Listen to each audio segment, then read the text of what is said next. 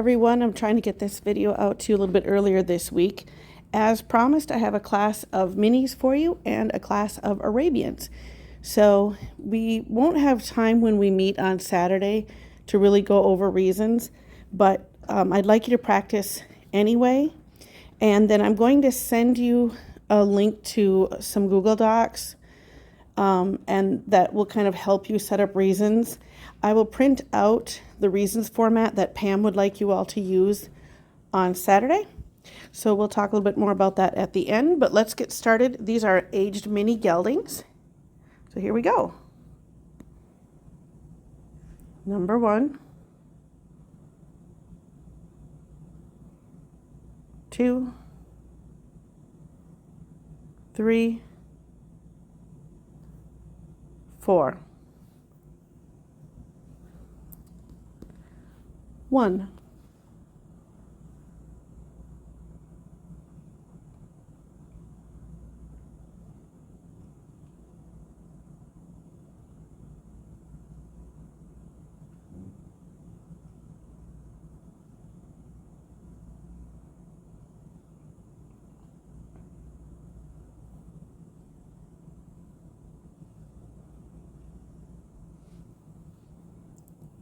2,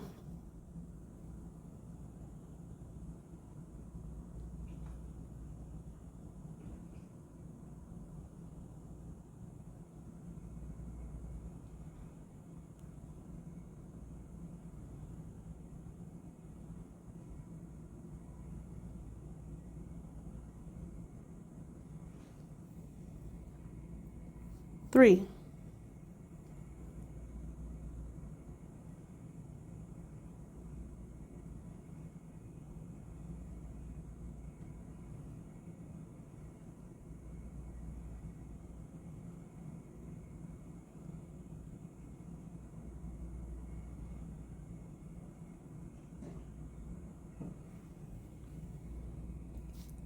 4.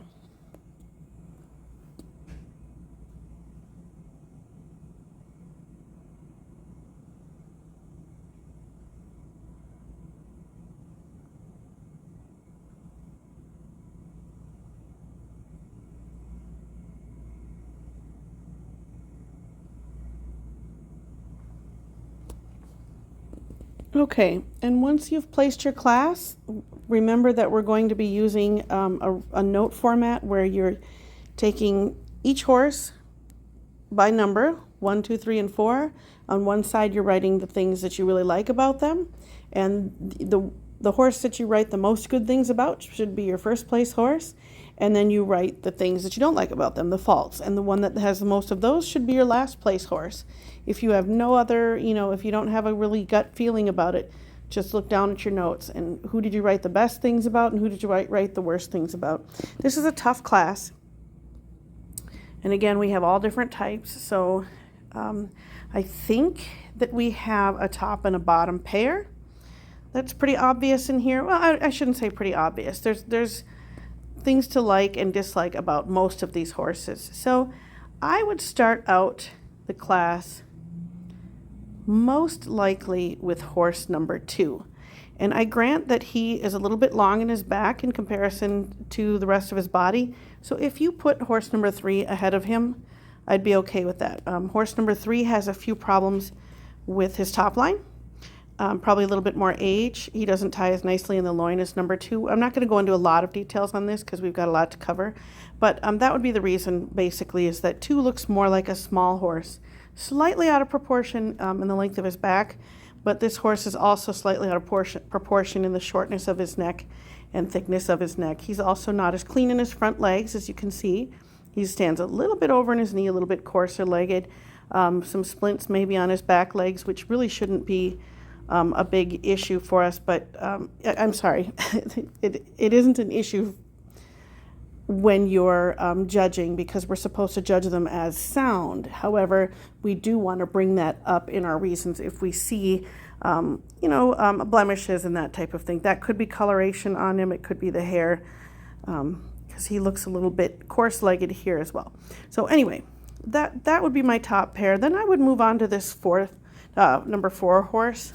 there's things to like about him and not like about him. He probably has the prettiest head in the class, and probably the cleanest throat latch. He's typey. However, I don't care for the weakness that he shows in his hindquarters and the steepness in his shoulder. Is that as big of a deal in a miniature because we're not going to be riding them? Well, yeah. I mean, we still judge them, as I said, as if they're miniature horses. So if you were to make this horse-sized and you wanted to ride him, that would be a huge problem. So we're going to hold miniature horses to that same standard. And then finally, I put the number 1 horse last. Now, he could certainly be set up in a more flattering way, and he could certainly be cleaned up. This picture does him no justice, but I think that if you set him up and straightened out his head, you would still see that he stands too high in the back. He has severe straightness issues in his front legs. As you can see, he has some of those weak tendons and joints that we talked about and that we see sometimes in these miniature horses. So that puts him at the bottom of the class. So I placed him 2, 3, 4, and 1. If you switched 2 and 3, I think that judges would probably not hurt you too much for that. And I know that's a really difficult class. So if you got it way off than what I placed it, that's okay. Don't worry. It'll only be one class probably at State Show. So moving on, let's go on to the Arabians that I promised you. And this is going to be another class that I'm probably not going to, we'll talk about at the practice that we do hopefully at State Show. So anyway, these are going to be aged Arabian mares. So here we go. Here's mare number 1.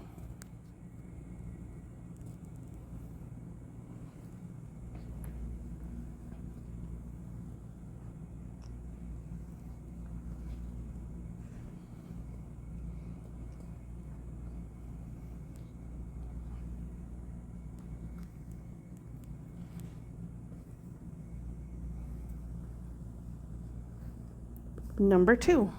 Well, I guess I should have let you see them all. There we go. That's all of them. 4, 3, 2, and 1. Okay, number 2. Sorry about that.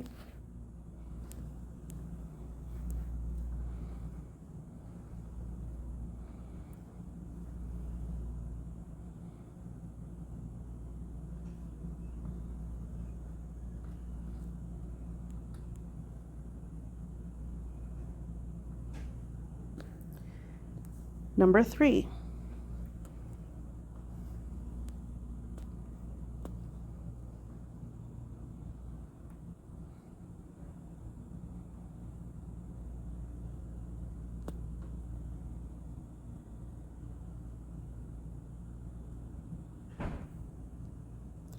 And number 4.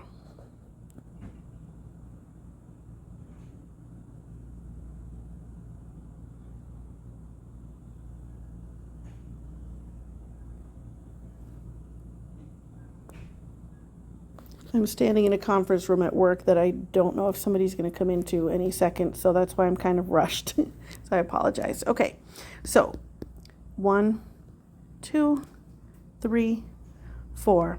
I'm just going to briefly talk about this class. We'll go more in depth. If you want to have 2 sets of reasons ready, we can get to them at our next practice, or if you just want to practice them. But I think we have an obvious top and bottom pair. I think we have an obvious bottom horse. So we will start. Probably a lot of you would have put number 1 first. I could see that.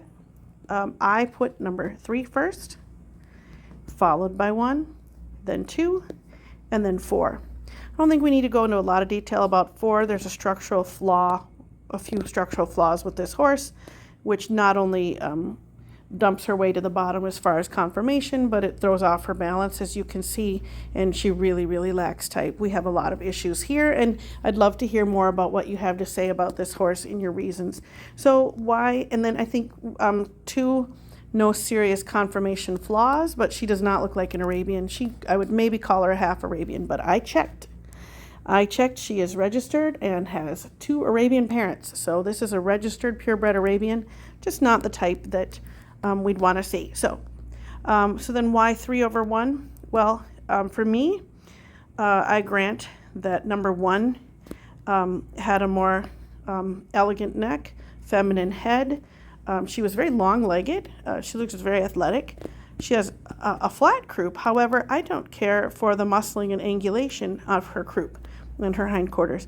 Now, I know we talk about muscling on quarter horses. It's not a huge factor in Arabians, a little bit more of a factor in Morgans, but we generally say we're not too worried about it in Arabians. However, I feel that she's lacking so much muscling that it's obvious. She's hollow in her hip. She connects poorly to her hip, which actually gives her too sharp of a point of her hip. And if she moved her tail out of the way, you can just tell that there's a sharp angle to her hindquarter muscles. So how is she going to move? Well, she's not going to have any rear impulsion. She's just going to drag those hind legs behind her. So that's why I put her second behind this horse, who maybe lacks a little bit of the streamlinedness, if that's a word, and maybe lacks a little bit of the refinement in her head, but certainly nothing she does not lack in her head and neck. She's just not quite as fancy as maybe this one is. So overall, this is a much prettier picture. Again, now this isn't a big beefy quarter horse, but do you see the difference in her muscling? Her croup is flat but not angled. There is a little bit of roundness to it. We do see some muscling. She's going to move a lot better under saddle. She's going to really flow and be able to move off of her hind end. So that's why I put her first. I kind of did those reasons backwards, didn't I? That's because I'm not doing reasons, you're going to. All right, so if you can have your reasons ready to go. Actually what Caitlin did last time is she practiced in front of her phone and kind of videoed herself. If you want to do that, I think that's a great idea. If you want to practice in front of your parents or a friend, or if you want to send the video to me, whatever you want to do. I'm hoping, with State Show coming up next weekend, I don't really know how much time we're going to have to really go over them, but I want you to do them anyway. Now, kind of a reminder, next Monday, we will not have horse judging practice because it's Labor Day.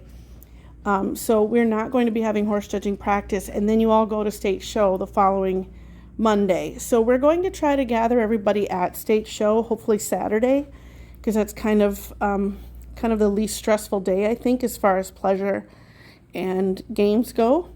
So we're going to try to gather everybody at some point on Saturday afternoon and go over some of these things. So no practice on Monday, September 1st. However, we are having practice on Saturday, August 30th.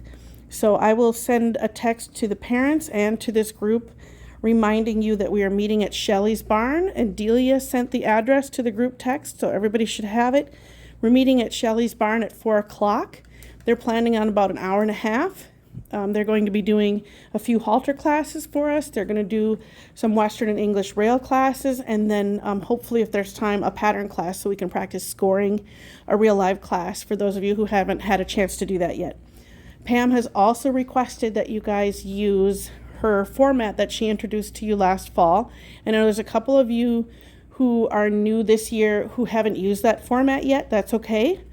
We'll talk you through it. So it's okay if you don't know that. I'll bring copies of her kind of cheat sheet that she uses. And some of you got the handout at practice on Monday. Some of you maybe still have it from last year. I'll bring some more copies of the handout that Pam gives us and that she'd like you to use. So we'll have some practice on scoring and on taking reasons, planning reasons, and then giving reasons on Saturday. So let me know if you have any questions about that. 4 o'clock Saturday, that should give you enough time to still go out and enjoy the rest of your Labor Day weekend. So we'd like to have as many people there as possible because, they're really kind of doing a lot and giving up a lot of their time to help us out, and we're very fortunate to have their help and expertise. So we'd really like to have a good showing there. So if there's any questions, let me know. Otherwise, hopefully we'll see most of you on Saturday the 30th, and we'll see everybody else at State Show next weekend. Have a good rest of your week.